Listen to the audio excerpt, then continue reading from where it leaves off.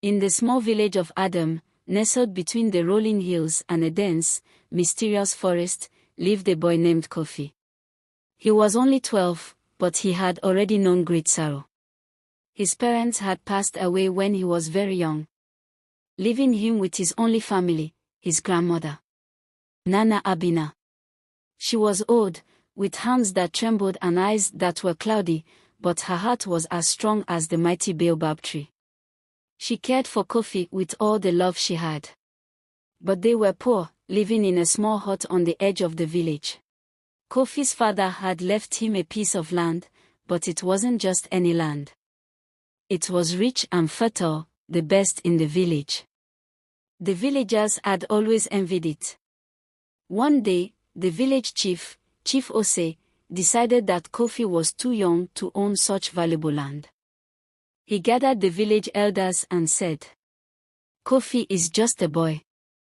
He does not know how to take care of this land. We should take it and give it to someone who can use it properly." The elders, who respected the chief, agreed. They called Kofi and his grandmother to the meeting and told them the news. Nana Abina pleaded with the chief, "This land is all Kofi has left from his father. Please, let him keep it." But Chief Ose shook his head. "The decision has been made," he said firmly. Kofi felt tears stain his eyes, but he did not cry. Instead, he ran. He ran as fast as he could, through the village, past the fields, and towards the forest. The villagers called it the evil forest because strange things happened there. People said it was full of spirits, and no one dared to enter. But Kofi didn't care. He ran into the forest, the trees closing around him like a dark embrace. He ran until he could run no more. He fell to the ground, exhausted, and sobbed. "Why? Why did they take everything from me?" he cried.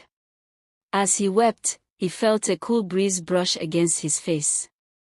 He looked up and saw a soft light in the distance. Curious, he got up and followed the light. It led him deeper into the forest until he reached a small clearing. In the center of the clearing was a large, ancient tree, its roots twisted and gnarled. And sitting under the tree was a woman, her skin glowing like the moonlight, her eyes kind and gentle. "Do not be afraid, Kofi," the woman said. "I am Esi, the spirit of this forest. I have watched over you since you were born." Kofi was surprised that the spirit knew his name. He wiped his tears and asked, "Why have you been watching over me?" Esi smiled. "Because you have a pure heart, Kofi. And those with pure hearts often face the greatest trials. But they also have the greatest strength." Kofi listened carefully. "But what can I do? The village wants to take my father's land. I am just a boy." Esi looked at him with a gentle but firm gaze. "You are more than just a boy, Kofi. You have the power to protect what is yours. But you must be brave and wise." With that, Esi touched Kofi's forehead. He felt a warm energy flow through him, filling him with courage and strength he had never known before. Esi the forest spirit disappeared and appears again in an old woman form and said, "You now have the spirit of the forest within you," Esi said. "But remember, true power is not about strength alone. It is about using your heart and mind together.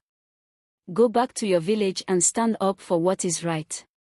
You are not alone." And Esi, the spirit of the forest, disappeared immediately. Kofi nodded, feeling the fear that had gripped him slowly melt away. He thanked Esi and began his journey back to the village.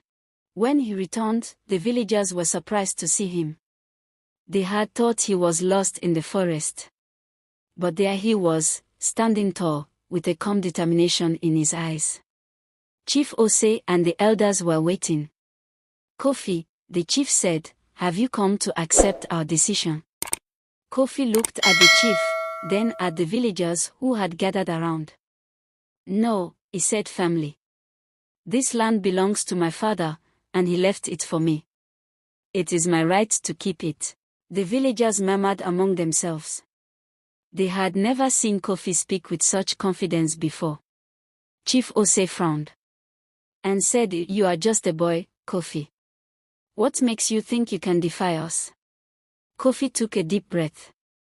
He felt the strength of the forest within him, just as Esai had said. "I am more than just a boy. I have the spirit of my father, and I have the spirit of this land. I will not let you take it from me." The elders, who had always respected tradition, began to reconsider. They saw that Kofi was not just a frightened child anymore. He had grown in courage and wisdom. One of the elders stepped forward. "Chief Ose, perhaps we have been too hasty. This land was given to Kofi by his father. It is his birthright. We should respect that." The other elders nodded in agreement. Chief Ose looked around and saw that the villagers were also nodding. He realized that he had lost their support. With a sigh, the chief said, "Very well, Kofi. The land is yours. But remember, with great power comes great responsibility. Use it wisely." Kofi nodded. "I will, Chief Ose. I will honor my father's memory and take care of the land."